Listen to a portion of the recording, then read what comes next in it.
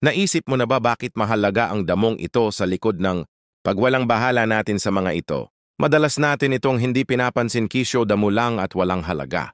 Sa ngayon ay ating talakayin ang halaga ng pansit-pansitan of sinaw-sinaw sa Bisaya, Peperomia pelucida. Una, natural na gamot sa rayuma at arthritis. May taglay itong anti-inflammatory properties na tumutulong magpababa ng pananakit at pamamaga ng kasukasuan. Pangalawa, pampababa ng uric acid. Maraming gumagamit nito bilang tulong para sa gout o mataas na uric acid dahil kaya nitong magpababa ng mga uric crystal sa katawan.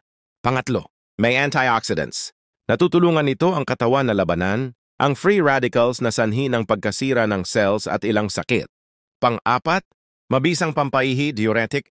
Nakakatulong ito sa paglabas ng sobrang tubig at asin sa katawan. Benepisyo para sa may UTI at high blood pressure. Paalala, hindi kapalit ng gamot. Panglima, madaling tumubo at libre. Tumataas ang halaga nito dahil tumutubo kahit saan, bakuran, gilid ng bahay, paso, hindi kailangan ng espesyal na pag-aalaga, libre at madaling makuha. Pang-anim, ginagamit para sa iba't ibang karamdaman. Ilan sa mga karaniwang gamit? Pananakit ng kasukasuan, UTI, sugat, headache, mataas na uric acid. Heto ang paraan ng paghanda at paggamit nito.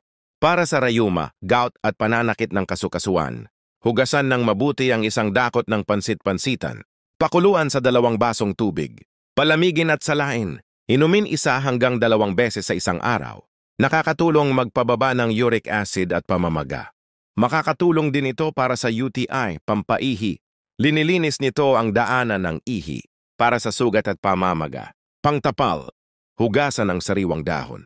Durugin, dikdikin hanggang lumabas ang katas. Idikit sa sugat o namamagang bahagi. Balutan ng gasa.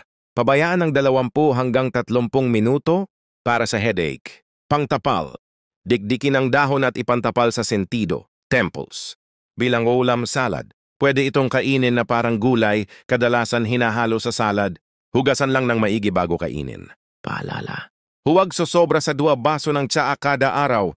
Ang pag-inom of paggamit nito ay maaari lamang magtagal ng 3 hanggang 5 araw. Kung tuloy ang sintomas, magpatingin sa doktor. Tandaan, lamang ang may alam. Salamat. Please like and share.